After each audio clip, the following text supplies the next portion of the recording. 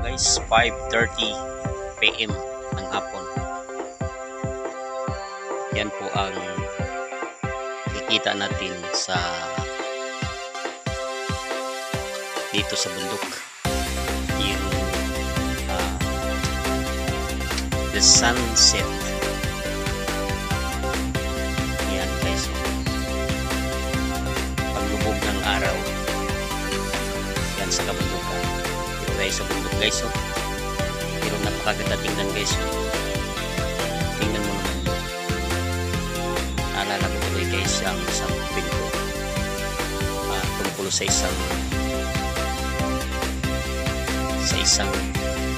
pamilya guys, na mayroon silang isang anak na babae, at ang trabaho ng kanyang ama ay isang construction worker. Pangarap ng isang ama at ng ina, ng magulang, ng kanilang anak ay magiging isang guro. Pinaaral nila guys, ngunit dumating ang isang pagsubok sa buhay. Namatay yung tatay ng bata dahil nalaglag sa construction site. Tapos dun guys, bumagsak ang buhay ng ina. Pero dahil sa pangarap na gustong makamit sa kanyang anak, nagsumikap siya guys. Paano niya ginawa? Naglabada siya. Pinaaral niya pa rin ang kanyang anak hanggang sa ito'y tuluyan ng nagtapos sa kanyang pagka-guro. At ngayon guys, nang siya'y naging guro na, ang kanyang anak ay nag-asawa ng isang lalaking medyo may kaya sa buhay. At nang nag-asawa na ito at nagtuturo na rin siya, naisipan niya na kunin ang kanyang ina. Yon, kinuha niya nga ang kanyang ina at sinama sa bahay nila. Ngunit hindi na malaya ng anak, ang kanyang ina ay ginawa niyang katulong. Pinapanlaba sa bahay, lahat ng mga gawain ng bahay, pag-aalaga sa kanyang apo, yan lahat ginawa ng kanyang ina. At masaya naman ang kanyang ina dahil nakapiling niya ang kanyang anak at ang kanyang apo. Ngunit sa sobrang pagod ng trabaho ng kanyang ina, ito'y nagkasakit. Nang nagkasakit, pina-check up ng kanyang anak ang kanyang nanay, at nang tiningnan ng doktor, nagkaroon siya ng tuberculosis na sakit.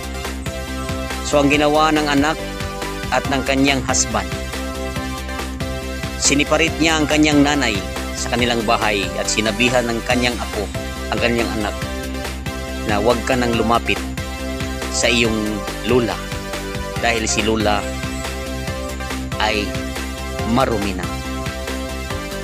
Yun ang nadumurog sa puso ng isang grandmother dahil sa salita ng kanyang anak. Siniparit siya sa may kubo, at doon pati ang kanyang apo hindi na siya makakalapit dahil pinagbawalan nga ito ng kanyang anak.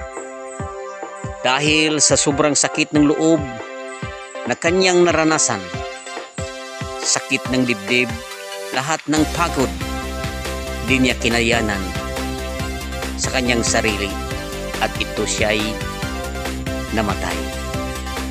At nang namatay ang kanyang nanay, nag-usap ang mag-asawa kasama ang kanyang anak. Sabi sa kwarto, ngayon dad, dahil patay na si nanay, papagiba na natin yung kubo. At narinig ng kanyang anak at sinabi, no, wag niyong gibain ang kubo. Bakit anak?